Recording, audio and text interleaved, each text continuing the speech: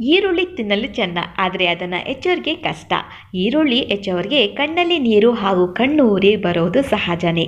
ಪ್ರತಿದಿನ ಕಣ್ಣೀರು ನೀರು ತರಿಸುವ ಈ ಈರುಳ್ಳಿ ದೇಹವನ್ನು ಆರೋಗ್ಯಕರವಾಗಿರಿಸಲು ಚಮತ್ಕಾರಿ ಗುಣವನ್ನು ಹೊಂದಿದೆ.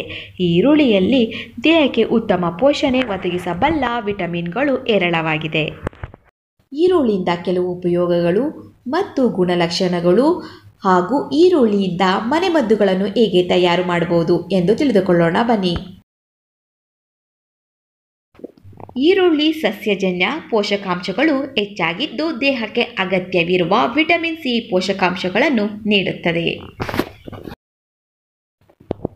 ಈರುಳ್ಳಿಯಲ್ಲಿ ಆಂಟಿ ಆಕ್ಸಿಡೆಂಟ್ ಹೆಚ್ಚಾಗಿದ್ದು ಇದು ಹಿಸ್ಟಮಿನ್ ಅನ್ನು ಕಡಿಮೆ ಮಾಡುತ್ತದೆ. ದೇಹಕ್ಕೆ ಬರುವ ಅಲರ್ಜಿ ಹಾಗೂ ಅಸ್ತಮಾ ರೋಗಗಳಿಂದ ದೂರವಿಡುತ್ತದೆ. ಈರುಳ್ಳಿ ರಸಕ್ಕೆ ಜೇನುತುಪ್ಪ ಸೇರಿಸಿ ಸಮ ಪ್ರಮಾಣದಲ್ಲಿ ಸೇವಿಸುವುದರಿಂದ ಅಸ್ತಮದಿಂದ ದೂರವಿರಬಹುದು. ಈರುಳ್ಳಿ ಬಗ್ಗೆ ಇನ್ನೊಂದು ವಿಷಯ ತಿಳ್ಕೋಬೇಕು ಏನಂದರೆ, ಕ್ಯಾನ್ಸರ್ ರೋಗ ತಡೆಗೆ ಉತ್ತಮ ತರಕಾರಿ.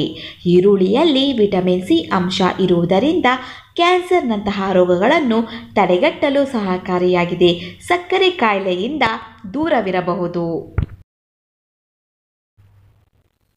ಈರುಳ್ಳಿಯನ್ನು ಹೇರಳವಾಗಿ ತಿನ್ನುವುದರಿಂದ ಇದು ದೇಹದಲ್ಲಿ ಉತ್ಪತ್ತಿಯಾಗುವ ಗ್ಲೂಕೋಸನ್ನು ಕಡಿಮೆ ಮಾಡಿ ಇನ್ಸುಲಿನ್ ಅನ್ನು ಹೆಚ್ಚಾಗುವಂತೆ ಮಾಡುತ್ತದೆ.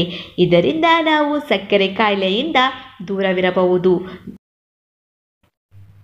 ಈರುಳ್ಳಿ ದೇಹದ ಆರೋಗ್ಯವನ್ನಷ್ಟೇ ಅಲ್ಲದೆ ಸೌಂದರ್ಯ ವೃದ್ಧಿಗೂ ಸಹಕಾರಿಯಾಗಿದ್ದು ಕೂದಲಿನ ಆರೈಕೆಗೆ ಉತ್ತಮ ಔಷಧವೆನ್ನಬಹುದು.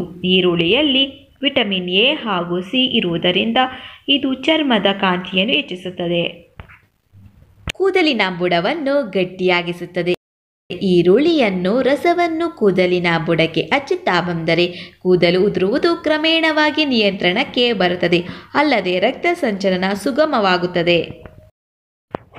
ನಿದ್ರಾಹೀನತೆಯಿಂದ ಬಳಲುತ್ತಿರುವವರು ಈರುಳ್ಳಿ ಒಳ್ಳೆಯ ಔಷಧಿ.